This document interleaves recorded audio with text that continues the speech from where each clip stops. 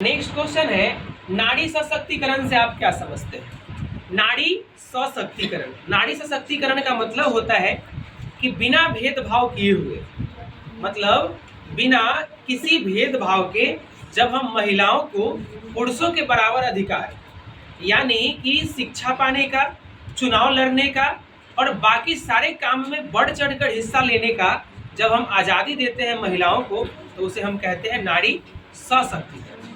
मतलब क्या हुआ, सदियों से हमारे समाज में पुरुषों को ज़्यादा तवज्जो दिया जाता था, लेकिन बड़े बड़े महापुरुष लोग कहते हैं कि किसी समाज को अगर आगे बढ़ाना है तो समाज के दो अंग, मतलब दो पहिया, दो चक्का, स्त्री और पुरुष दोनों होते हैं। अगर दोनों ही शिक्षित रहेंगे तभी समाज एक बेहतर समाज बन सकता है, एक सुसज्जित समाज बन सकता है ना। अगर मान लीजिए कि उस दो लिंग में से एक को खूब पढ़ाया जाए और एक पूरा निपट हो, तो हम अच्छे समाज की कल्पना बिल्कुल नहीं कर सकते। इसीलिए नारी को हर फील्ड में आज़ादी देना चाहिए, चुनाव लड़ने के लिए हो या फिर शिक्षा पाने का हो या रोजगार करने का हो, बिजनेस खड़ा करना हो या किसी भी फील्ड की बात हो, महिलाओं को उसमें बढ़ चढ़कर हिस्सा देना ही नारी सशक्तिकरण कहलाता है।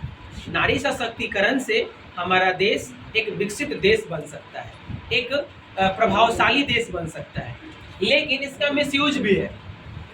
इसका मिसयूज ये है कि हम नारी को खूब आज़ादी तो देते हैं और उसका फायदा वो ये उठाती है कि अपने ही पति को 15 पीस करके और ड्राम में डाल देती है। ऐसा तमाम उदाहरण आपको अभी के समाज में देखने को मिल जाता है, जिससे काफ़ी लोग ये सोचते हैं कि ये नारी सशक्तिकरण अच्छा नहीं है।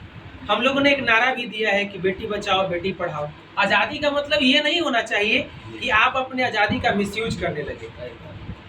आज़ादी का मतलब ये बिल्कुल नहीं होना चाहिए कि कोई आदमी अपने आज़ादी को मिसयूज करे। हम इनको आज़ादी शिक्षित होने के लिए और बढ़ चढ़कर हर फील्ड में हिस्सा लेने के लिए दिया है।